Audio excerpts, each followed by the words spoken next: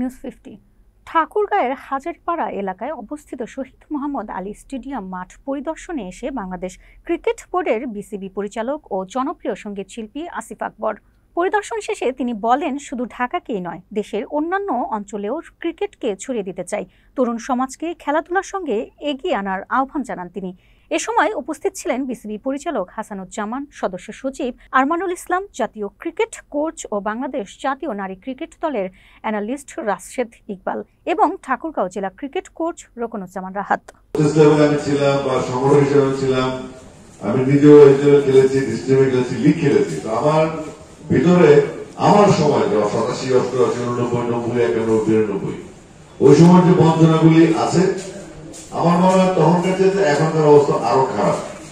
অথচ তখন বোর্ডের অবস্থা ছিল খারাপ, ভালো ছিল আমাদের অবস্থা। তাহলে এখন বোর্ডের অবস্থা ভালো হয়েছে, কিন্তু আমার অবস্থা খারাপ হয়ে গেছে।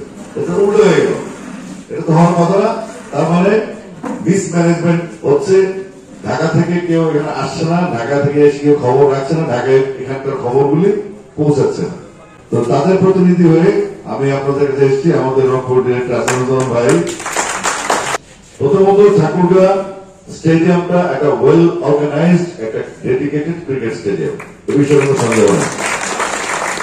আমার প্রথম কাজ হচ্ছে যে এইচডিএল টুর্নামেন্ট কমিটির চেয়ারম্যান এবং এইচডিএল টোটাল আমার আন্ডারে। আর সামনে শুরু হচ্ছে প্রাইম ব্যাংক স্কুল টুর্নামেন্ট, যেখানে 550 স্কুল অ্যাটেন্ড করবে।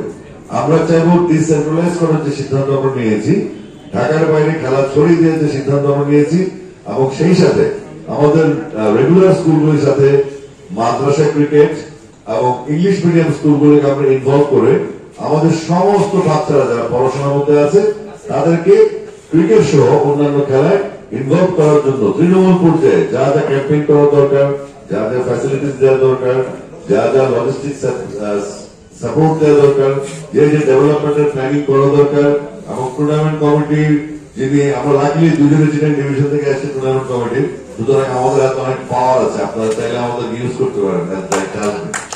একটা স্যাটিসফ্যাক্টরি লেভেল আছে। ঠাকুরগাঁ যথেষ্ট পরিমাণ এগিয়ে আছে।